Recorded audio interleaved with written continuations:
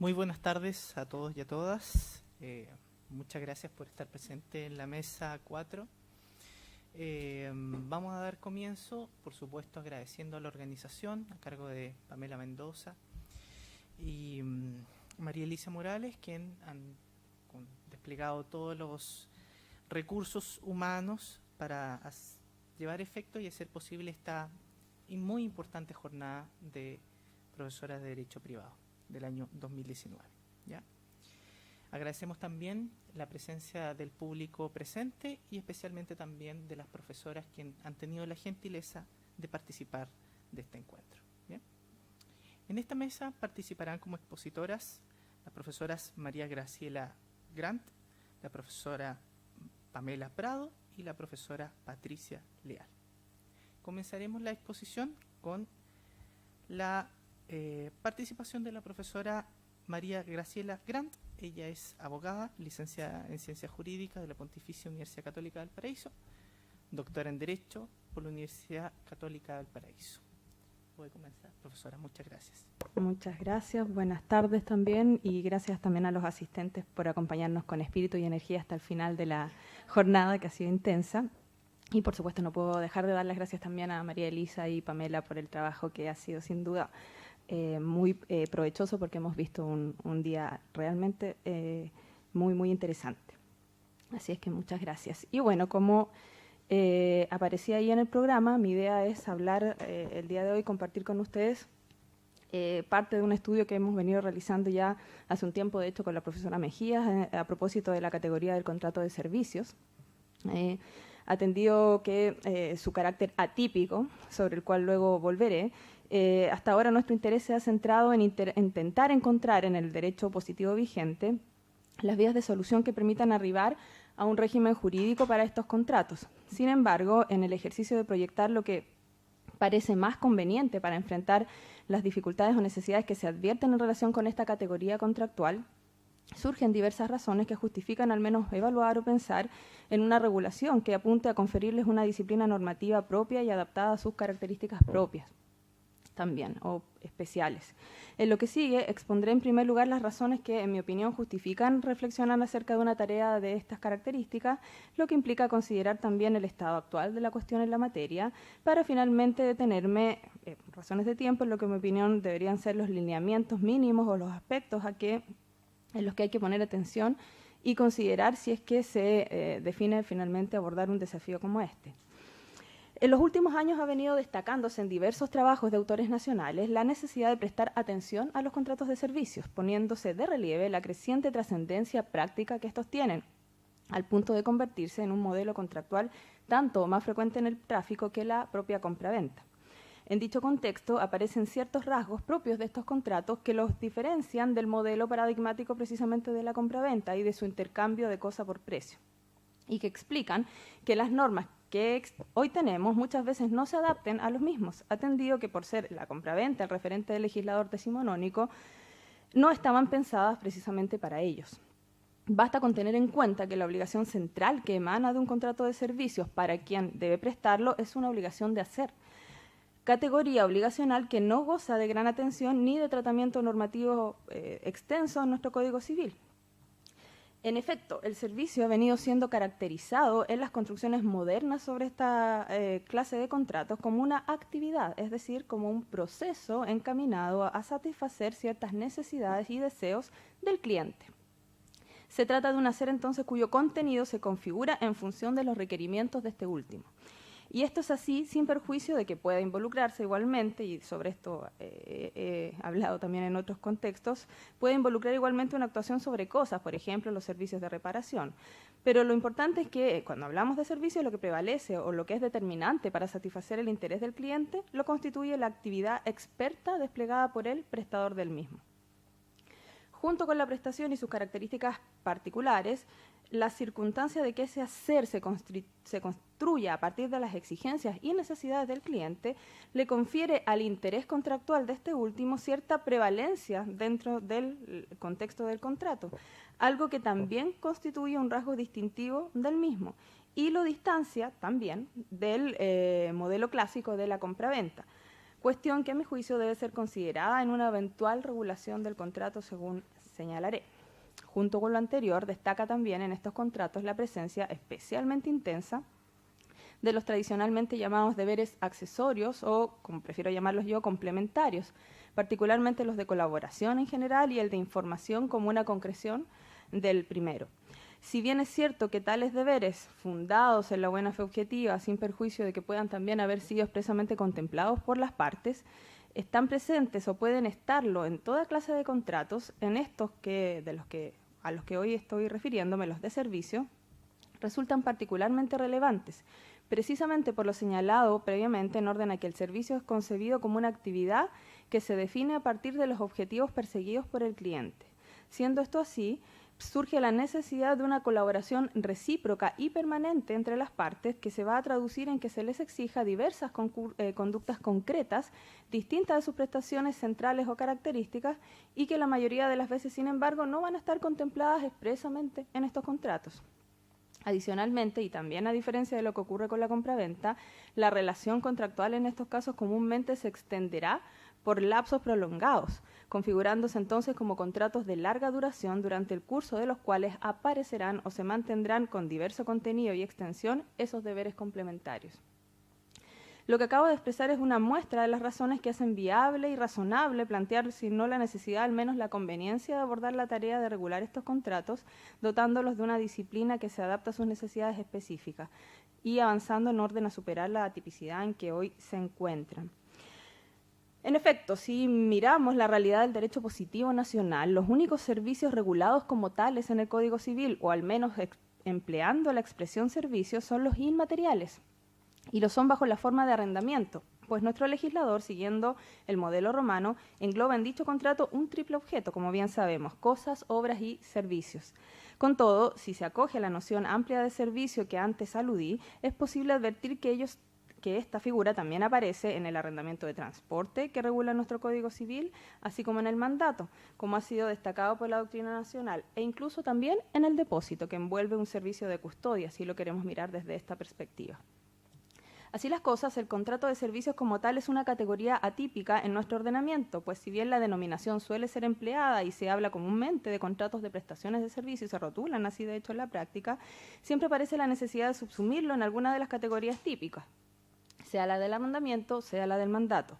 Y lo cierto es que si se revisan esos conjuntos normativos, como también lo hemos planteado en algún trabajo, de hecho, con la profesora Mejía, no se observa en ellos una especial formulación que considere las necesidades particulares de estos contratos, lo cual finalmente hace que esos cuerpos normativos parezcan insuficientes por sí solos, al menos, para constituir el derecho supletorio que esta categoría contractual requiere.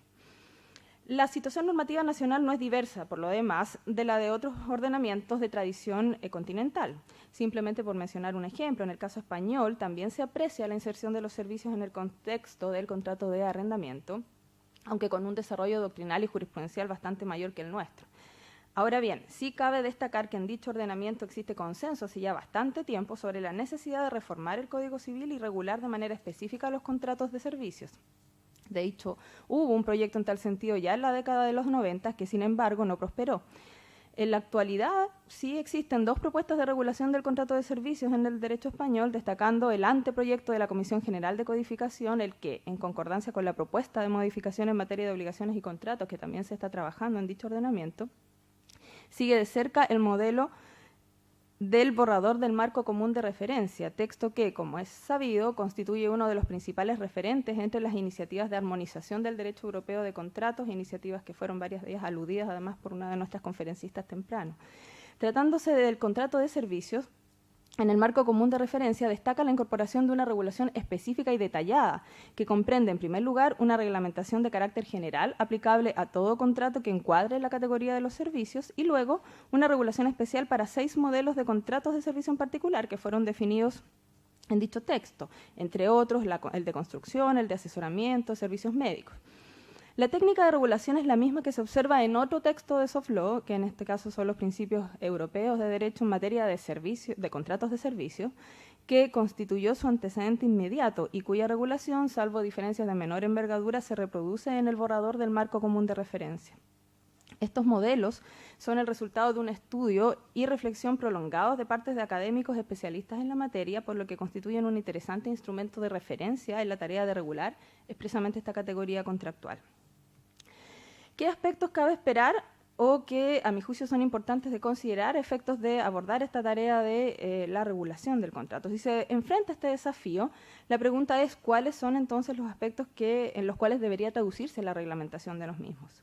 Desde mi perspectiva, no parece necesario entrar en una regulación excesivamente pormenorizada de estos contratos, sino más bien parece razonable fijar un régimen general que recoja o se haga cargo de aquellos aspectos o que hemos llamado en otras ocasiones rasgos distintivos de estos contratos y que no resultan satisfactoriamente abordados por las reglas generales que contamos o que tenemos en nuestro ordenamiento en materia de obligaciones y contratos y de los contratos en especial que ya he mencionado. En dicha línea, a mi juicio convendría, en primer lugar, reconocer autonomía al contrato de servicios como una categoría general, sacándolo, por tanto, del paraguas del contrato de arrendamiento. De esta forma, sería conveniente partir por delimitar una noción de contratos de servicio que englobe las prestaciones de hacer que reúnan ciertas características como las antes mencionadas, con una suficiente amplitud y flexibilidad para incluir un amplio espectro de contratos. En este sentido, en cuanto a la construcción misma de la noción, parece necesario alejarse de las definiciones tautológicas, como han sido calificadas, que se contienen en estos textos de soft law aludidos, y que definen el contrato de servicios como aquel en que una parte se obliga a prestar un servicio a favor de otra, el cliente, a cambio de un precio o remuneración. Si se concreta lo anterior, se trataría de una regulación con un extenso ámbito de aplicación, solamente limitado por la regulación especial que pueda existir, por ejemplo, en materia de consumo, a pesar de que en el caso nuestro, en la Ley de Protección de los Derechos de los Consumidores, la regulación de los servicios también es bastante exigua. En cuanto a las reglas particulares que parece conveniente incluir en un régimen para estos contratos, en esta ocasión y por razones de tiempo, quiero destacar dos materias que a mi juicio meritan ser consideradas. Primero, el derecho de desistimiento del cliente, esto es, el reconocimiento de la facultad de ponerle término al contrato unilateralmente y sin expresión de causa, figura que se recoge expresamente en las iniciativas de armonización mencionadas y que se explica desde ciertas características propias del contrato de servicio y que ya he aludido, básicamente esto de que el servicio se configura y se proyecta a partir de las necesidades del propio cliente, a partir de sus deseos, y que por tanto es el interés de este último el que de cierta forma prevalece en el contrato. Ello justifica que se le permita salir del mismo sin perjuicio de resguardar, por supuesto, la posición del prestador, fijándose ciertos requisitos de oportunidad, preaviso, así como obligaciones de pago de ciertas partidas con ocasión del ejercicio del derecho por el cliente. Si bien con la normativa actualmente vigente podemos intentar sostener la existencia de una facultad de este tipo en nuestro derecho, e incluso podrían construirse ciertas exigencias y fijarse ciertos efectos, ello supone un trabajo interpretativo complejo a partir de la conexión de diversas disposiciones presentes en los conjuntos normativos que podemos llegar a aplicar a los contratos de servicio y a veces con resultados no muy coherentes entre sí, sino derechamente contradictorios. Dicho esfuerzo se evitaría si se incorpora este derecho como parte de la disciplina del contrato de servicios, con reglas entonces que determinen sus requisitos y que precisen las consecuencias que se derivarán tanto de su ejercicio en tiempo y forma como de aquel que no cumpla con estas exigencias. Finalmente, me parece también conveniente evaluar la incorporación de una regulación expresa para ciertos deberes complementarios que, como señalé antes, cumplen una función relevante en estos contratos. No parece necesaria una regulación tan detallada y extensa como la que se observa en estos instrumentos del soft law que he aludido, pero sí al menos una consagración expresa y regular algunos aspectos de los mismos parece conveniente. Es cierto que los deberes de colaboración e información se pueden construir igualmente a partir de la buena fe objetiva, pero tendida la relevancia de estos imperativos en el proceso en el que consisten los servicios, por la relación estrecha y muchas veces de larga duración que se genera entre las partes, parece conveniente sentar ciertas exigencias de manera clara y determinar también las consecuencias de su inobservancia. Particularmente me parece relevante el caso de la colaboración que se exige al cliente o debe exigirse para que el contrato pueda llevarse a cabo, para que el prestador pueda ejecutar su prestación, porque muchas veces esa colaboración será determinante para que efectivamente el prestador pueda cumplir. En la mirada tradicional y en base a la figura de la mora del acreedor, tal exigencia de colaboración ha sido concebida más bien como una carga contractual cuya infracción por el acreedor, que en el caso nuestro del contrato que nos ocupa es el cliente, se traduce en la pérdida de ciertos beneficios, pero que sin duda sin que efectivamente pueda calificarse, mejor dicho, como dicha infracción como un incumplimiento contractual. En mi opinión, esa visión debe ser superada, en tanto la perspectiva de la mora del acreedor no es lo suficientemente amplia como para poder insertar de forma adecuada esta exigencia de conducta del cliente en un contrato de servicios. Si se tiene en cuenta el impacto que la colaboración del mismo o su falta produce en la consecución de los objetivos del contrato, es posible advertir que su inobservancia no solamente afecta el propio interés del cliente en cuanto a acreedor, sino también afecta al deudor, el prestador del servicio, que tiene interés también en cumplir y liberarse. Por ello, parece conveniente que en una eventual regulación de este contrato se considere que incorporar una reglamentación para el contrato de servicios y se le atribuya una naturaleza cuya infracción sea calificable de incumplimiento contractual y genere, por tanto, efectos de mayor envergadura. A modo de conclusión y sin perjuicio de otros aspectos que podamos eventualmente también considerar relevantes, me parece que si bien por la vía de interpretación sistemática fundada en los elementos comunicantes de las normas vigentes podemos generar o avanzar hacia un derecho supletorio adecuado para los contratos de servicios o que intente abordar sus particularidades, es indudable que su trascendencia práctica al menos impone evaluar la posibilidad de dotarlos de una regulación que les confiera tipicidad y que aborde esas características especiales. Determinar el alcance y contenido concreto de dicha regulación ya es parte del desafío que supone llevar a cabo esa tarea. Muchas gracias.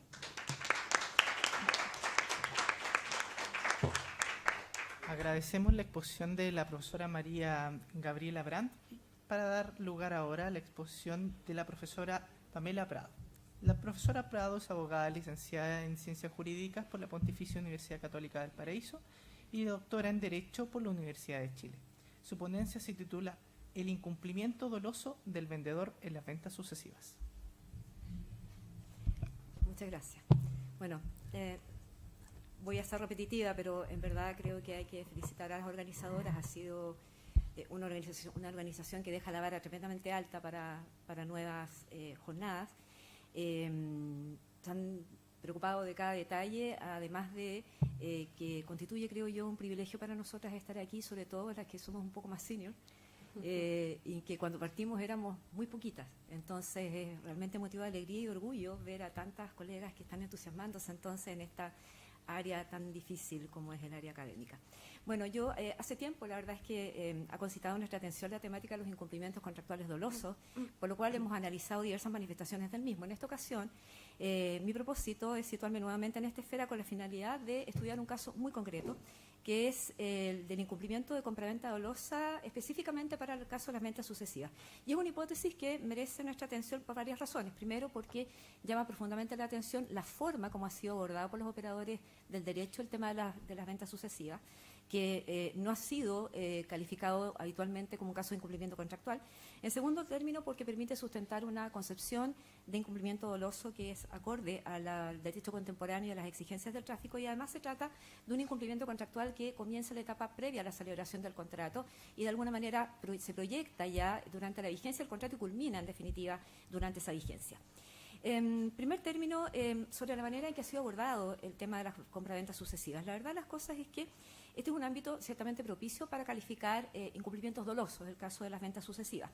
Pero como les decía, lo curioso es que esto no ha sido abordado como un caso de incumplimiento, ni mucho menos doloso, sino que generalmente más bien se han ejercitado acciones de nulidad absoluta, ya sea por ausencia de objeto, atendido que el artículo 1814 exige precisamente la existencia del objeto al tiempo de la celebración del contrato, o bien como casos más bien de objeto o causa ilícita, o sea, en general, acciones de nulidad absoluta. Un ejemplo simplemente de ello es un conflicto resuelto por la Corte Suprema el año 2015, en que demanda la primera compradora de un contrato celebrado en el año 1988, porque al momento de requerir una inscripción conservatoria, el año 1999, ella fue rechazada argumentándose que dicho inmueble ya había sido inscrito en virtud de una compraventa celebrado 3 años antes, o sea, el año 1996. La actora demanda entonces ejerce acción de nulidad absoluta fundada además en que aquí el vendedor tenía pleno conocimiento de que ella no había inscrito, digamos, el inmueble a su nombre, no obstante el tiempo transcurrido, porque además los unía vínculos familiares, ese tipo de relaciones familiares. Y entonces se ejercita una acción de nulidad absoluta en contra de esta segunda compraventa. Atendida los límites de tiempo que tenemos en esta ponencia, debo decirles que hay un sinnúmero de casos donde se han planteado, como les decía previamente, casos o demandas de nulidad absoluta frente a estos problemas de las compraventas sucesivas, más que considerarlo como un caso de incumplimiento contractual y mucho menos doloso. Lo comento porque en el caso que acabo de mencionar, no cabe duda que uno puede vislumbrar un incumplimiento doloso prácticamente a primera vista en el comportamiento del vendedor. Él tenía pleno conocimiento de que la primera compradora no había inscrito el bien a su nombre si es que los hechos descritos por ella son verídicos. Ahora, ¿cómo miramos esto desde la perspectiva de un incumplimiento contractual doloso? Bueno, desde hace décadas, no solamente en el derecho foráneo, sino que también en Chile, hay distintas concepciones acerca de lo que debe entenderse por incumplimiento doloso, pero en general uno se puede decantar por dos dimensiones. Una primera posibilidad, una primera concepción, es identificarlo como una intención principal de dañar o simplemente aspirando a un beneficio propio, aceptando como inevitable el daño ajeno. Y en el otro extremo está aquella dimensión que le confiere un alcance tremendamente restrictivo, poniendo especial énfasis en el animus nocendi, es decir, con la intención de causar daño al acreedor respecto al cual no se cumple. No concordamos con ninguna de estas dos opiniones, ni con aquella que le atribuye un alcance extremadamente amplio al incumplimiento doloso, porque ello implicaría prácticamente no solamente calificar a la mayoría de los incumplimientos como dolosos, sino que además no habría una gran diferencia en los hechos entre la culpa y el dolo. De igual manera, tampoco estamos de acuerdo con conferir un alcance extremadamente restrictivo. La verdad es que seguimos una opinión cercana a la del profesor Morales Moreno, para quien es un acto de incumplimiento del contrato, causante de daños o bienes, intereses del acreedor que se sitúan más allá del interés protegido por el contrato y que por la intención del sujeto que directamente pretende causar un daño al otro contratante o por la propia antijuridicidad del acto, justifica una imputación de responsabilidad al deudor fundada en la ilicitud de su conducta y no exclusivamente en el hecho del incumplimiento. Es decir, en esa línea el incumplimiento doloso se manifestaría de dos formas. Bien como la intención de causar daño al acreedor con inobservancia del contrato, que son casos más bien excepcionales, o bien como un incumplimiento que refleja una completa desconsideración a los intereses de la contraparte. Es cierto que esta segunda modalidad evoca la figura del dolo eventual propia del derecho penal. Sin embargo, preferimos no calificar a esta modalidad de incumplimiento doloso con esas expresiones, pues en el propio derecho penal, como se sabe, se generan innumerables inconvenientes, tanto a la hora de definirlo como al calificar una conducta como tal y, en fin, al tratar de diferenciarlo de la culpa con representación, como bien nos recuerda Stefano Canestrari, a más de tratarse de una fenomenología que es ajena al derecho de contrato. Ahora bien, la relevancia del incumplimiento contractual doloso ciertamente sigue presente y se sitúa fundamentalmente, como todos ustedes saben, desde sus cursos de pregrado, ¿cierto?, en materia de responsabilidad contractual, atendido a lo que dispone el artículo 1558. Esa relevancia se mantiene presente en los instrumentos en general de derecho uniforme y en general en todos los procesos de modernización de derechos, de obligaciones y contratos. Es decir, el hecho de que el incumplimiento doloso trae como consecuencia la posibilidad de solicitar una indemnización de todo daño, tanto previsto como imprevisto. Con todo, hay que resaltar que si nosotros analizamos la jurisprudencia reciente e incluso no tan reciente, nos damos cuenta de que en la práctica esta enorme trascendencia que se postula acerca del dolo en materia de indemnización de perjuicios no es tal. En efecto, es factible constatar que de una parte los tribunales de justicia no solo no asumen en forma clara una concepción precisa acerca de qué se va a entender por incumplimiento doloso, limitándose en muchas ocasiones simplemente a reproducir las normas del Código Civil, y en otras ocasiones los propios actores demandan ya sea invocando a la culpa grave o al dolo simultáneamente, o bien derechamente a la culpa grave. Esta estrategia es comprensible si se consideran las dificultades probatorias cuando se invoca al dolo en todos los ámbitos y no solamente en este. Pero hay que resaltar que, si bien es cierto, uno podría señalar que el incumplimiento doloso en materia de indemnización de perjuicio en la práctica no es tan relevante como se nos enseña. Eso no significa que el dolo en materia de incumplimiento contractual no tenga un ámbito de acción. Lo tiene, como nos hemos referido en otras ocasiones, y aquí hay un caso preciso, que es precisamente en aquellos casos en que la conducta dolosa comienza en la etapa precontractual y luego entonces se manifiesta o sigue manifestándose en la etapa de incumplimiento contractual. Ahora, ¿qué opciones caben entonces para el comprador en el caso de las ventas sucesivas si es que calificamos a este incumplimiento como un incumplimiento contractual doloso? Bueno, como se sabe, y nos vamos a reiterar en esto que ya es materia absolutamente analizada por nuestra doctrina, la compraventa es un ámbito propicio para poder estudiar una gran cantidad o pluralidad de acciones o derechos que se confieren a la parte. Pero en el caso que estamos analizando, ello es especialmente efectivo.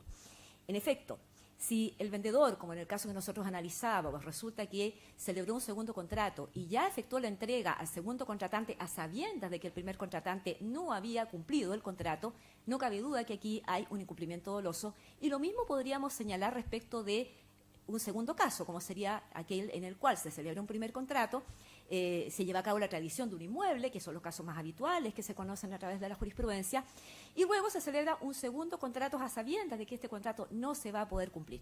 No cabe duda que aquí hay incumplimientos dolosos o comportamientos dolosos desde antes de la celebración del contrato y que van a repercutir en potenciales incumplimientos contratantes. ¿Qué puede hacer entonces el contratante, el comprador, frente a este caso? A ver, fijemos nuestra atención, antes que todo, en la segunda compraventa. Nuestro interés está puesto en el hecho de que, atendido lo dispuesto en el artículo 1817, precisamente es factible que no se cumpla para con este segundo comprador. En este escenario, una primera alternativa es situarnos en la etapa precontractual de esta convención, como hemos señalado, y acá no cabe duda que hay un dolo in contraendo, o al menos un error imputable a la otra parte, es decir, una culpa in contraendo, que es una materia que nos hemos referido en otras oportunidades. De manera tal que si se invoca el dolo in contraendo, se trata de una situación en que la segunda compradora, de haber sabido que el vendedor no estaba en condiciones de cumplir, probablemente no habría celebrado el contrato, configurando así un dolo con eficacia invalidatoria, siendo pertinente la interposición de una demanda de nulidad relativa. Pero lo interesante además es que hoy no cabe duda también que en forma conjunta con estas acciones de nulidad es factible acompañar de una acción de indemnización de perjuicio. Hoy, cada vez, como les digo, es más habitual ver acciones de nulidad, y no solamente nulidad relativa, sino que también de nulidad absoluta, acompañadas de acciones indemnizatorias, lo cual también está refrendado por el derecho uniforme. Y que en el caso, además del derecho chileno, la verdad es que la doctrina y la jurisprudencia se ha ido decantando al señalar que estas acciones indemnizatorias que acompañan a una demanda de nulidad absoluta o relativa son de responsabilidad extracontractual, es decir, se hace valer el estatuto de la responsabilidad quiliana. Esta situación pacífica que nosotros vemos aún en nuestra doctrina y jurisprudencia, la verdad es que no es tal en el derecho foráneo, donde se ha discutido, incluso se ha señalado que estas demandas indemnizatorias acompañadas a una acción de nulidad podrían perfectamente dar lugar a responsabilidad contractual. Una segunda alternativa con que cuenta el segundo comprador es mantener vigente el contrato y optar por los derechos que le confiere el ordenamiento jurídico frente al incumplimiento en que incurre el vendedor al no entregarle la cosa vendida. Esta alternativa tiene varios aspectos a destacar. Primero, que la opción entre la ineficacia contractual y los derechos derivados del incumplimiento constituye una demostración en orden a que los vicios del consentimiento, como el dolo, no solamente cautelan la voluntad del contratante, sino que también hoy queda cada vez más claro que se erigen como mecanismos de distribución de riesgos contractuales. Es así, como en sede de dolo, el riesgo de la conducta maliciosa lo asume la parte que la despliega, lo que justifica reconocer el derecho de opción del segundo comprador a que hacemos alusión. Enseguida, a pesar de que en el Código Civil chileno no hay normas análogas a muchas del derecho uniforme, todos los cuales admiten en general que el acreedor puede elegir entre hacer valer la acción de ineficacia, es decir, la acción de nulidad, o bien los remedios por incumplimiento, no cabe duda de que el segundo comprador puede optar en Chile por mantener el contrato vigente, confirmándolo mediante la invocación del incumplimiento del vendedor, pues ejercer una acción derivada de dicho incumplimiento constituiría una forma de confirmar o ratificar, como dice el Código Civil, tácitamente el contrato. En tercer término, si la compradora elige hacer efectivo los derechos derivados del incumplimiento del contrato, específicamente la pretensión indemnizatoria, esta podrá fundarse indudablemente en un comportamiento doloso del vendedor, cuyo alcance es plenamente consistente con lo que a juicio nuestro constituye un incumplimiento de esta naturaleza, pues al menos se configura una completa desconsideración a los intereses de la contraparte, que se ha originado desde antes de la celebración del contrato y que luego se proyecta o repercute, digamos, o impacta en la etapa de los efectos de la convención, por lo que no cabe duda que se aplicaría entonces la agravante del artículo 1558. Situémonos ahora en el primer comprador a quien el vendedor no ha hecho la entrega de la cosa, como las causas que comentamos líneas atrás. La tendencia, ya sabemos, ha sido más bien impugnar el segundo contrato a través de una nulidad. Y la pregunta es, ¿qué podría hacer entonces este primer comprador? A ver, claramente, a menos que este primer contrato tenga un problema estructural de carácter originario, lo más probable es que se trate de una compraventa perfectamente válida. Esa es la razón por la cual los primeros compradores entonces lo que tratan de hacer es impugnar la segunda compraventa ejercitando acciones de nulidad en contra entonces de este contrato. Y la idea sería entonces que se declarara la nulidad de la segunda compraventa para que, en virtud del efecto retroactivo de dicha sentencia judicial, se obtenga entonces que la referida inscripción se deje sin efecto, como en el ejemplo que comentábamos al inicio de esta ponencia. Sin embargo, esas acciones de nulidad han sido reiteradamente desechadas, pues las causales de nulidad absoluta invocadas para impugnar la segunda compraventa son improcedentes. En efecto, como hemos señalado, lo usual es objetar la existencia o validez de ella por inexistencia de objeto o causa, o por objeto o causa ilícita, en circunstancias de que se trata de contratos perfectamente válidos. De ahí que, concordando con la opinión de los tribunales nacionales, el primer comprador, en verdad, lo que debería hacer no es impugnar la segunda compraventa por la vía de acciones de nulidad, sino que más bien ejercitando los derechos derivados del incumplimiento, entre los cuales se encuentra la pretensión indemnizatoria, en que además sería factible configurar un incumplimiento doloso en el vendedor, toda vez que, sabiendo que no se ha llevado a cabo la entrega del bien, lo vende nuevamente. Muchas gracias.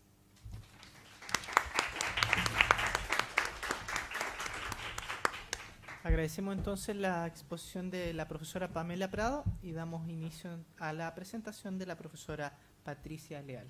La profesora Leal es abogada, licenciada en Ciencias Jurídicas por la Universidad de Zulia, magíster en Derecho Mercantil por la Universidad Dr. Rafael Veloso Chacín de Venezuela, magíster en Derecho Privado de la Universidad de los Andes. Su ponencia se titula La excepción de incumplimiento previsible en la Convención de Viena sobre compraventa internacional de mercaderías, un estudio comparado con la legislación chilena. Profesora, tiene la palabra. Muchas gracias. Bueno, antes de iniciar y sumándome a los agradecimientos de todas las ponentes del día, en especial a María Elisa y a Pamela por su excelente organización y bueno, por la invitación a participar en estas excelentes jornadas. Bueno, como sabemos, la excepción de contrato no cumplido es la acción que tiene el acreedor de un contrato bilateral de suspender su propia prestación cuando el deudor no ha cumplido la suya, ni se ha allanado a cumplirla. Esta excepción tiene dos modalidades a saber. La excepción de cumplimiento no ritual, que ocurre cuando el deudor ha cumplido con la prestación, pero no la ha cumplido totalmente, y la excepción por incumplimiento previsible, que es la acción que tiene el acreedor de suspender sus prestaciones antes de que la obligación sea exigible, cuando se tiene la certeza de que su contraparte no va a cumplir con lo prometido. Nuestra atención en esta ponencia se centrará en esta última modalidad. Esta sección de cumplimiento previsible se encuentra contemplada en la Convención en el artículo 71, el cual expresa la posibilidad que tiene el acreedor de diferir el cumplimiento de su prestación cuando resulte manifiesto que la otra parte no cumplirá una parte sustancial del contrato. En el ordenamiento jurídico chileno, la excepción de cumplimiento previsible se encuentra en el artículo 1826 del Código Civil, establecida solo para la compraventa y solo para el caso del vendedor, que tendrá el derecho de suspender su obligación de entregar la cosa cuando la fortuna del comprador ha mermado considerablemente después de la celebración del contrato, aunque la obligación de pagar el precio aún no sea exigible. Como podemos ver, esta sección actúa a modo de garantía en sentido amplio para el vendedor, tiene un fundamento ético, ya que no es justo que el vendedor siga en el cumplimiento de sus obligaciones cuando exista un riesgo previsible de que puede perder la cosa y el precio por la insolvencia del comprador. Pero ¿cómo se efectúa el cumplimiento en la excepción de cumplimiento previsible? El incumplimiento, como sabemos, es el requisito base para la aplicación de cualquier remedio. La aplicación de uno por encima de otro se definirá por el hecho específico, pero también por los requisitos de aplicación de cada remedio y del derecho de opción que tiene el acreedor, el cual estará informado de acuerdo a sus intereses. La aplicación de la excepción de incumplimiento previsible tiene la particularidad que el incumplimiento aún no se ha efectuado. En otras palabras, la prestación no es aún exigible y, por ende, el incumplimiento no se ha producido. Pero existe una gran probabilidad de que éste se produzca, lo cual hace válida la aplicación de este remedio. El incumplimiento, en este caso, se traduce en la incapacidad para responder o a la insolvencia sobrevenida del comprador, lo cual hace deducir que es muy probable que éste no cumpla con lo pactado. Esto permite que el vendedor suspenda sus obligaciones hasta que el comprador otorgue seguridad de su futuro cumplimiento. Ahora pasemos a ver la sección de cumplimiento previsible en la Convención de Viena. Como hemos adelantado, la excepción por cumplimiento previsible se encuentra contemplada en el artículo 71 de la Convención. Este artículo tiene dos supuestos en los cuales puede aplicarse dicha sección. Pasemos a estudiar el primero, que se encuentra en el artículo 71.1, que está en la lámina. Este artículo permite tanto al vendedor como al comprador diferir el cumplimiento de sus prestaciones cuando existan fundados motivos para creer que su contraparte no podrá cumplir con el contrato. La doctrina ha señalado que este artículo, y en especial este numeral, recoge un derecho general de suspender. Veamos ahora los requisitos de aplicación. Para que haya lugar a la aplicación de este artículo, es necesario que la obligación aún no sea exigible, que el vendedor no haya enviado las mercaderías y que los motivos de que habrá un incumplimiento previsible se hayan evidenciado luego del contrato. En primer lugar, la obligación aún no se debe hacer exigible, de modo que este artículo solo puede aplicarse antes de que se cumpla el plazo. En consecuencia, no da derecho a suspender las obligaciones cuando la obligación ya es exigible. Para estos casos, la Convención prevé otros remedios. Al no ser exigible la obligación, el comprador no está obligado a cumplir, sino a dar una garantía de futuro cumplimiento. Es un self-help remedy, del que puede hacer uso el vendedor cuando exista un riesgo de cumplir con su obligación y no recibir nada a cambio. Como extraemos de la lectura del artículo, los hechos que hagan presumir que la parte no cumplirá su prestación deben manifestarse después de la celebración del contrato. De lo contrario, si los hechos existen a la época de la suscripción del contrato, el acreedor debe asumir las consecuencias de su actuar negligente. Por otra parte, las razones deben ser manifiestas, es decir, no basta el simple rumor, deben ser razones de peso que llevan a concluir que la parte no podrá cumplir a su tiempo con las obligaciones impuestas en el contrato. El literal A, como vemos, señala que una de las razones por las cuales se puede dar lugar a la aplicación de este artículo es un grave menoscabo en la capacidad para cumplirla. Estas razones no son de índole económica, pueden incluso deberse a factores externos que escapan del ámbito del control de la parte, como por ejemplo el inicio de una crisis económica o política en el país de origen de las mercaderías, o también tratarse del inicio de una huelga en la aduana del país de origen de las mercaderías, que haga prácticamente imposible el envío de las mismas. El mismo literal A también señala que es una causal de aplicación de esta sección el grave menoscabo en la solvencia económica. Al igual que en el caso anterior, esta insolvencia debe deberse a hechos manifiestos y de considerable importancia, tal que haga presumir que la parte no podrá cumplir con sus prestaciones. En consecuencia, no basta que el deudor tenga una deuda pendiente con otros proveedores, puesto que esto no determina quién cumplirá la obligación con el acreedor. Por lo mismo, no es suficiente saber a través de rumores provenientes de otras personas del gremio que el deudor ha caído en un retraso de los pagos. Recordemos que hablamos de motivos fundantes. Estos serán, por ejemplo, la declaración de quiebra del deudor o el atraso o cesación de pagos. Seguidamente, el literal B del artículo 71 de la Convención señala que el acreedor podrá diferir el cumplimiento de su prestación por el comportamiento del deudor al disponerse a cumplir o a cumplir el contrato. Aquí hablamos de la negligencia o falta de actuación en el proceso al momento de disponerse a cumplir el contrato o al momento de su cumplimiento. Estos son los casos en que, por ejemplo, la producción de la mercadería se tarda 30 días y es el día 15 y aún no se ha iniciado la producción. O que haga falta gestionar unos documentos con un tiempo de antelación prudente para que las mercaderías lleguen a tiempo al puerto de destino y en fechas próximas a la entrega estos documentos no se hayan tramitado ni siquiera iniciado su trámite. Veamos ahora el caso del artículo 71.2. Se trata de un derecho que solo puede ejercer el vendedor, aplicable cuando las obligaciones son recíprocas. En otras palabras, el requisito del sinalagma debe cumplirse. No es lícito que el vendedor quiera suspender sus obligaciones para instar al comprador a cumplir con una obligación menor. Por ejemplo, que el comprador haya pagado el precio y el comprador solo deba el envío de unos documentos de poca relevancia. Además, este supuesto es aplicable cuando las condiciones están dadas para pensar que habrá un cumplimiento previsible del contrato. La idea general de este derecho a diferir es evitar que el vendedor cumpla su obligación con el serio riesgo de no recibir la prestación convenida. Los requisitos para la aplicación de este numeral son que el vendedor haya enviado las mercaderías, es decir, que las mercaderías hayan salido de sus bodegas hacia las manos del comprador y se encuentren en tránsito o en camino de ser entregadas. Por eso se ha dicho que es un derecho a detener intránsito, el cual pudiera ser entendido de manera muy amplia, puesto que abarca todo el tiempo desde que las mercaderías fueron enviadas por el vendedor hasta que ha perdido la posesión material de las mismas, hasta incluso cuando éstas lleguen a puerto y se encuentren en los trámites aduaneros, en el lugar donde el comprador tiene sus establecimientos comerciales. Pero el comprador no puede haber tomado posesión de ellas, sino no es posible la aplicación de este supuesto. Este derecho es igualmente aplicable cuando el vendedor ha acordado enviar las mercaderías directamente a los clientes del comprador, incluso si el comprador tuviera un documento que le permita hacerse con las mercaderías. Otro requisito es que los motivos del incumplimiento previsible sean evidentes luego de la contratación y el envío. En otras palabras, debe existir una amenaza objetiva, por ejemplo, la existencia de un procedimiento de cesación de pagos o quiebra. El vendedor, basándose en el principio de razonabilidad, debe determinar que el comprador no estará en capacidad de cumplir con el contrato y, por lo tanto, suspende sus obligaciones para evitar la pérdida de las mercaderías y el precio.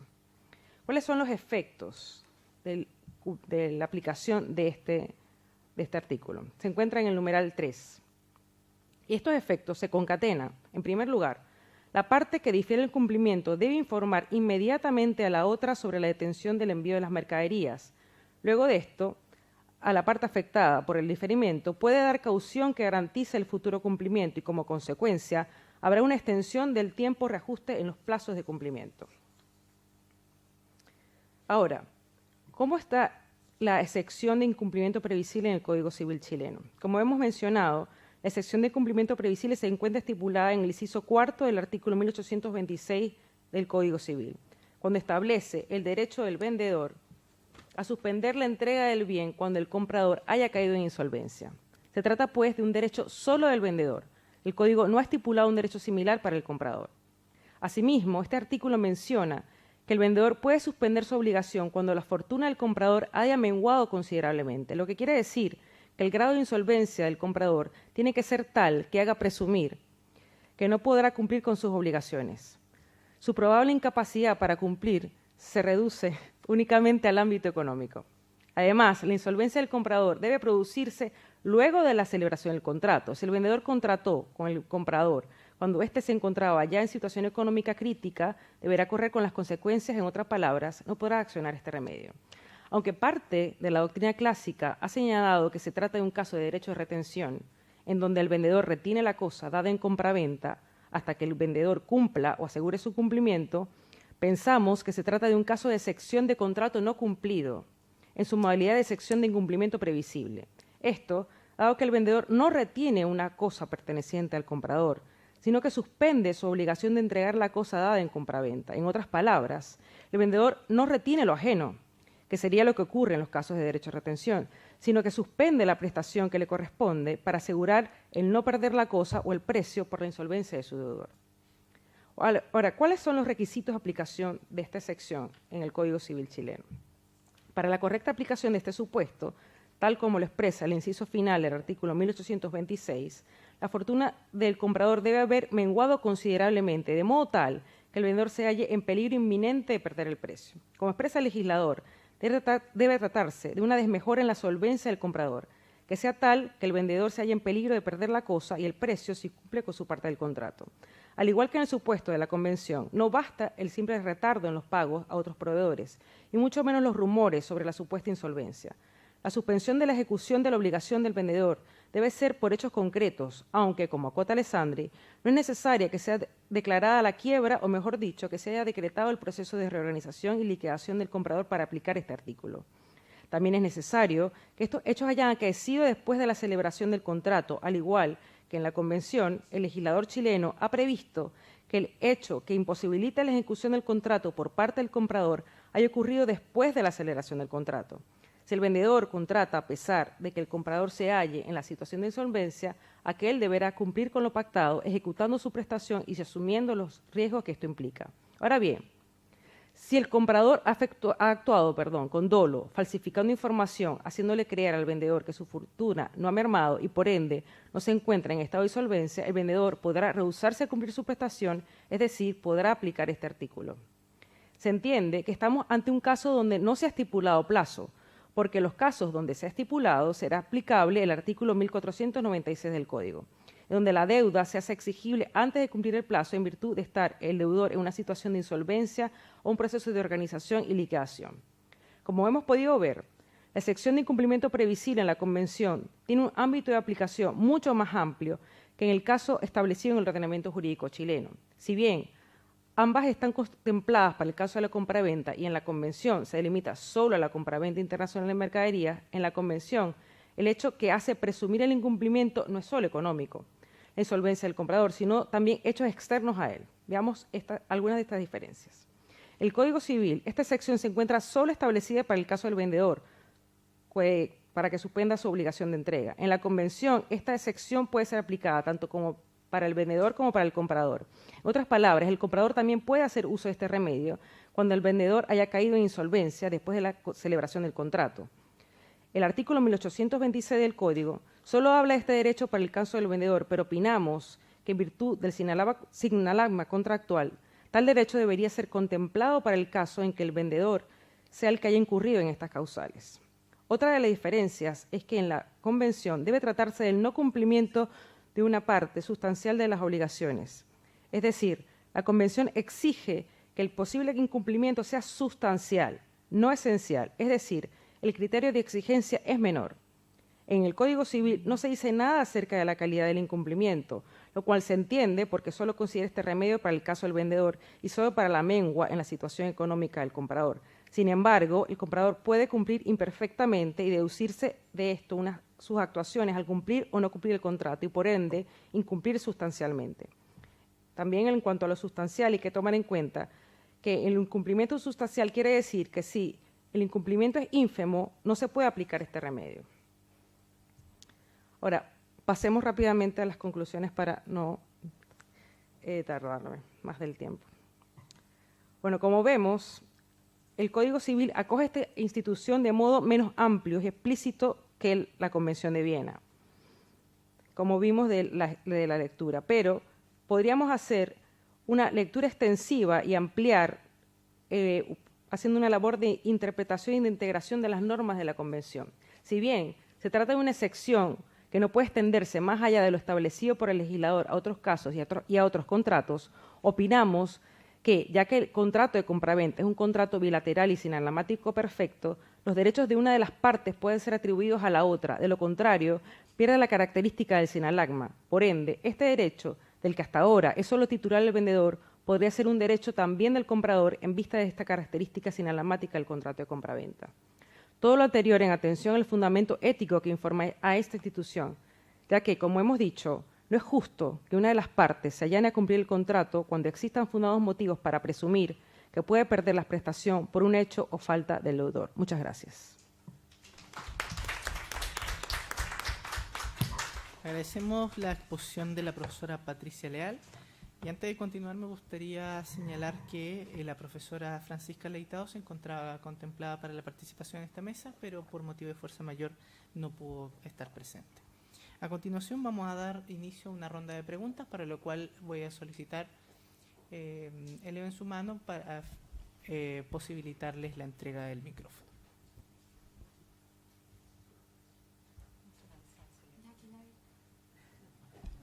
Profesora, por favor.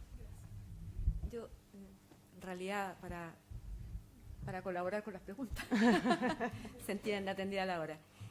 No, para la profesora Leal, tú planteas una ampliación de la hipótesis de incumplimiento previsible. Mi pregunta es si te parece que solamente en el ámbito de la compraventa se puede construir esta hipótesis de incumplimiento previsible, o si ello es factible además en otros contratos, particularmente considerando, por ejemplo, lo que ha escrito la profesora Mejía o incluso yo misma en otras ocasiones. Entonces, tal vez, digamos, me gustaría que nos dieras tus razones por las cuales te parece que no es factible, ni siquiera en casos de excepción, como en alguna oportunidad hemos planteado,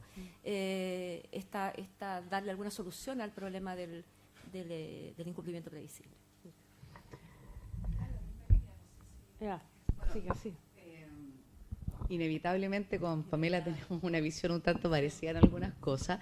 Y claro, a mí me da la impresión que la extensión del supuesto tú lo fundamentas en la estructura propia de la excepción de contrato no cumplido. Y en ese contexto entonces surge como natural, por así decirlo, la ampliación a otros contratos. Si yo bien lo entendí, tú solo lo prevés, ¿verdad?, en la contraparte del contrato de compraventa y no otros contratos. Pero la razón de fondo es el sinalagma y la bilateralidad del contrato que tú llamas perfecto, pero eso se aplica a otra clase de contratos bilaterales. Entonces, la razón de comunicación de la norma no veo por qué no se podría extender a otros casos. no lo comparto. ¿Ya? Pamela lo dijo de antemano, nosotras creemos que tiene más bien un carácter excepcional, no ampliable, ¿verdad?, a todos los otros contratos, pero cuya solución descansa en la estructura propia de la excepción de contrato no cumplido. Entonces, allí no me queda claro por qué en algunos casos sí, siguiendo tu planteamiento, y en algunos casos no. Y cuál sería la razón de fondo para aplicarlo, ¿verdad?, realmente en la estructura de la compraventa y negarlo en los otros. Y además, estos casos se han planteado mucho entre nosotros, probablemente también lo has visto, a propósito de los contratos de construcción, donde nuestros tribunales han sido bastante lapidarios en rechazar la excepción preventiva, incluso cuando faltan 3 días del término del plazo y es evidente que hay un incumplimiento de un 70%, y los tribunales te dicen no puede hacer nada porque aquí jurídicamente no hay incumplimiento, no puede hacer ni la excepción de contrato no cumplido y no me venga a invocar menos resolución por pérdida de confianza. Entonces, hay una estructura que está bien limitada entre nosotros. Las hipótesis del 1496 se han entendido completamente excepcionales y difieren un poco de lo que estamos conversando acá. Gracias. ¿Contesto? Sí, ya. Bueno, muchísimas gracias por las preguntas y sobre todo porque me faltaron muchas hojas por leer. Así que me puedo extender. Y de hecho, las cito a ambas. Aquí están. Aquí está la prueba. Como somos de pruebas, aquí está la prueba. Pero bueno, yo soy de la idea de que como estamos hablando de una excepción, solamente puede abarcarse a cierto tipo de contratos y como el mismo ordenamiento jurídico lo establece, solo lo establece para contratos de compraventa en este caso, ¿no? Por eso no considero que se pueda extender más allá del contrato de compraventa. De hecho, mi interpretación extensiva solo llega hasta el comprador porque, como ustedes saben, el inciso 4 del artículo 1826 solo abarca al vendedor, pero también hay casos en que el comprador, por la insolvencia del vendedor, puede presumiblemente pensar que va a haber un incumplimiento.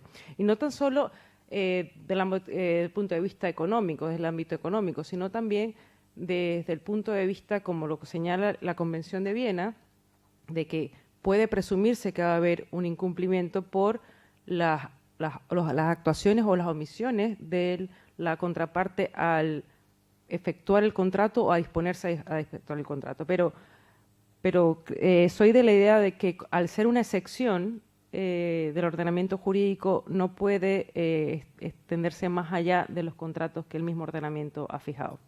No sé si contesté las preguntas. ¿Hay alguna otra pregunta?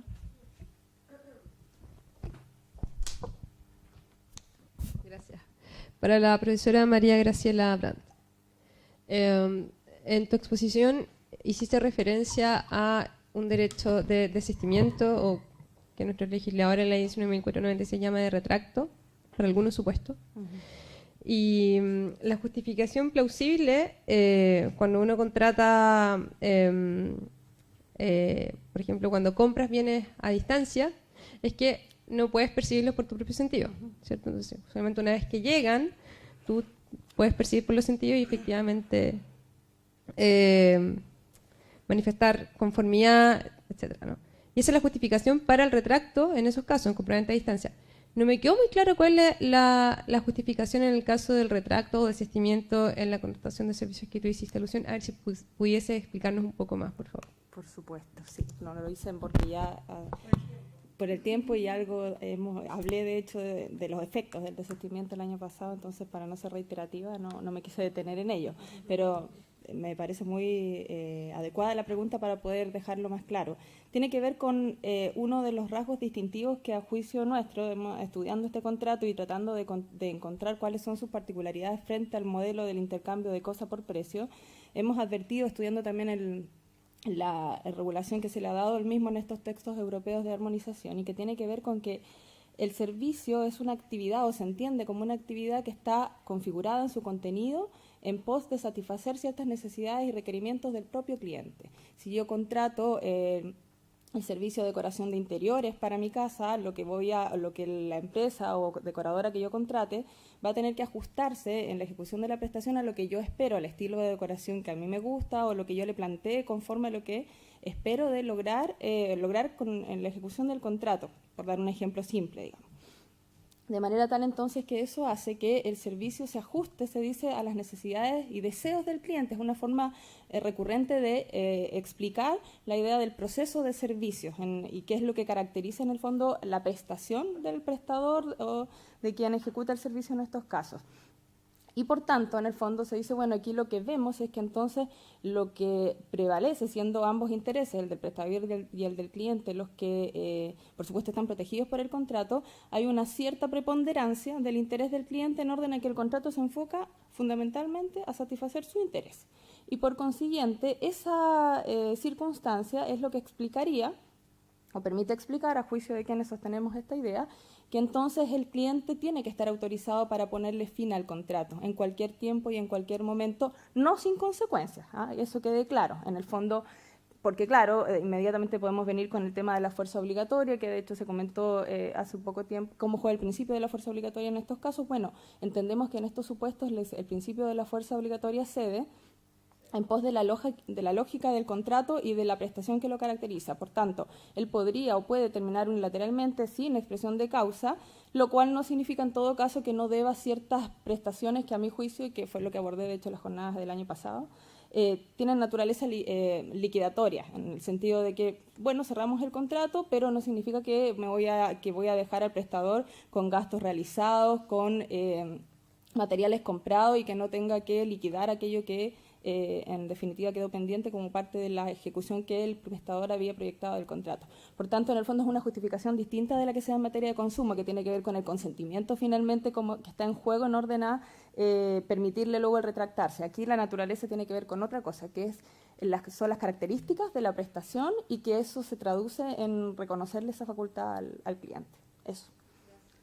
La profesora San Martín tiene una pregunta. Mi pregunta también va para María Graciela y la verdad es que va por esta misma línea y tiene que ver con lo siguiente. El derecho de retracto, desistimiento del prestador, digamos, del contratante de servicio en Chile tiene un reconocimiento expreso cuando se trata del contrato de ejecución de obra, artículo 1999. Exacto. Entonces, allí se contempla una solución en virtud de la cual el que desiste tiene que pagar toda la ganancia que el sujeto espera obtener con la ejecución del contrato. A mí siempre esa situación me ha parecido un poco extraña, no extraña, pero un poco injusta a la luz de la colaboración y de las cargas de mitigar el daño. Porque en el fondo, si el servicio, pensemos en un contrato de construcción que tenía que durar 5 años y se para el año 1, en el fondo le voy a dar 4 años de no trabajar y ganancia por ese contrato. Entonces mi pregunta es si en la propuesta que ustedes hacen, pues yo les he leído, pero en esta parte no la he visto, en la propuesta que ustedes hacen, ¿han pensado en cuál sería la solución correcta? Es decir, si extendemos el 1999 a todos los contratos de servicio o dejamos ese 1999 circunscrito al contrato de prestación de ejecución de obra material, que ya está ahí, no podemos eso sacarlo. lo podemos reconocer, claro. Y reformulamos una teoría general que sea para todos los otros contratos de servicio en aras, digamos, de la colaboración, las cargas de mitigación y todo ese tipo de cosas. Así que han reflexionado al respecto. Sí, voy a decir un par de cosas y le voy a hacer la palabra, que Claudia también quiere intervenir por lo que vi ahí, hizo unos gestos, sí, pero está bien, hemos trabajado juntas estos temas. Pero a propósito del 1999, efectivamente, cuando yo les decía... Ay, perdón, ¿está bien? Sí, cuando decía que la idea es que se le autorice a salir, pero no sin consecuencias, o sea que en definitiva se considera también el interés del prestador del servicio. Claro, si nosotros miramos la normativa con la que hoy contamos, el artículo que nos sirve es el 1999, porque primero, a pesar de que tenemos ahí unas lecturas medio diferenciadas en orden al inciso primero de la norma, el inciso segundo está claro que frente al desistimiento le contempla ciertas partidas que a mi juicio lo que decía, que es en el fondo lo que revisamos el año pasado, que tiene que ver con que hay que liquidar el contrato, hay que cerrarlo. Ahí no se trata de pagar indemnizaciones porque en el fondo no tiene naturaleza indemnizatoria porque el cliente estaría ejerciendo un derecho en esos casos, por tanto no estaría incumpliendo el contrato a ponerle término unilateralmente. Otro tema tiene que ver con las partidas que en particular se contemplan en esa norma. Y efectivamente, la de los gastos nos genera mucho ruido, pero la de la ganancia, claro, porque efectivamente decimos, y en el ejemplo que tú planteas, bueno, ¿qué vamos a entender como la ganancia proyectada por el cliente? Que tiene que ver en el fondo con el... A ver, a mi juicio lo que debe prevalecer aquí también es una idea que es el del equilibrio contractual. Además de lo que tú planteas de las cargas, de la mitigación, de la colaboración, hay un tema que tiene que ver con el equilibrio, en el sentido de que había un resguardo de un cierto interés hasta cierta perspectiva para el prestador, pero también con un escenario conocido por él, que es la existencia de este derecho de retracto, en el sentido de que podría, o de desistimiento, que puede ejercerse. Por lo tanto, ahí podríamos discutir si efectivamente tiene garantizado el pago de toda la ganancia del contrato. ¿Me fija? Y por otro lado, también hay que ver qué entendemos por ganancia, porque de hecho yo comenté una sentencia, o sea, me referí a una sentencia que hubo de la Corte Suprema precisamente a propósito del ejercicio del desistimiento en un contrato, en el cual se declaró, sí, tiene derecho a desistirse porque se acogió la tesis de que siendo un contrato de servicio podía ponérsele término unilateralmente, pero aplicando luego las consecuencias a ese retracto, se le obligó al cliente a pagar todo el honorario pactado por el servicio. Y eso no puede ser porque en el fondo se lo estás condenando a cumplir el contrato. Y la ganancia, en definitiva, supone que le tienes que quitar los gastos, los costos. Esa es la idea inicial de ganancia además. ¿Te fijas? Entonces tienes ahí dos elementos que distorsionan, en definitiva, el ejercicio, o sea, las consecuencias, mejor dicho, del ejercicio de un derecho en tales características. Por eso que decía, en parte de mi exposición, que claro, nosotros podemos decir, bueno, ¿por qué nos planteamos regular si con las normas que tenemos y es el ejercicio que hemos venido haciendo podemos lograr ciertas soluciones? Bueno, porque hay algunos ámbitos en los cuales finalmente no logramos encontrar una solución que sea adecuada, y además podemos generar soluciones contradictorias, porque de hecho hace poco tiempo también salió, no hace mucho, unos meses, otra sentencia en que nos dice, a pesar de haber pactado las partes del desistimiento, no cabe. Entonces, ¿en qué quedamos? ¿Se fijan? Y Claudia puede agregar ahí algo. Yo quisiera comentar, porque yo tengo un artículo pendiente de desistimiento, y después me enfermé y dejé todo stand-by, y lo quiero retomar ahora, que tiene que ver con dos ideas. La primera es que, como tú bien dices, uno puede mirar esa norma como una situación excepcional. Con María Graciela creemos que igual admite una lectura de la estructura del incumplimiento, y el desistimiento, como uno lo visualiza, no requiere incumplimiento. Entonces, nosotras en algún momento, cuando pensamos en la construcción de la categoría de contrato de servicio, negamos rotundamente la toma artificiosa de normas aisladas para construirlo, ¿verdad? Porque el reenvío no es claro. Entonces, lo que nosotras hicimos posteriormente, y ahí yo avancé un poquito más, tiene que ver con construir el desistimiento a partir de categorías comunes, pues el derecho común a mí me supera como nosotros lo entendemos, y a partir de eso hay un montón de disposiciones a lo largo del Código Civil donde tú proteges la confianza, que sería el elemento caracterizador y el interés preponderante, donde permiten el desistimiento y construir un procedimiento de liquidación básicamente del contrato, pero no generar pagos de lucro cesante, y en ese contexto la norma que tú ves sería, como tú decías, más bien excepcional, circunscritas a ese contrato, y en el resto nos remitimos a la construcción genérica a partir de normas y principios que son más bien indiscutidos en la estructura del Código Civil.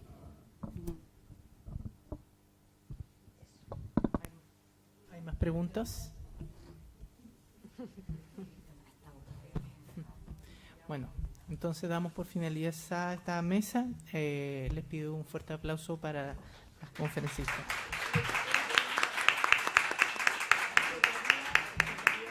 Les recuerdo que a las 18:50 horas la doctora Lilian San Martín emitirá la conferencia titulada Hacia una función social de la responsabilidad civil en este mismo salón. Muchas gracias por su asistencia.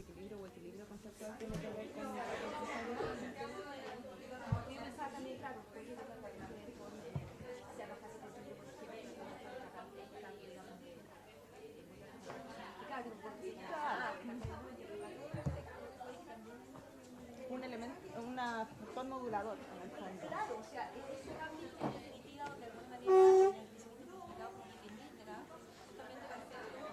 digamos de evitar que se produzca un desequilibrio que tiene que ver con lo que está protegido en el contrato, sí, y que en el fondo el tema es ese, que la gente se asusta con el desistimiento, terminación unilateral, bueno, es que tiene una justificación, Y luego, no es que salga así como hasta luego, muchas gracias y nos vemos en una próxima oportunidad, sino que sale con asumiendo un costo, digamos, del contrato.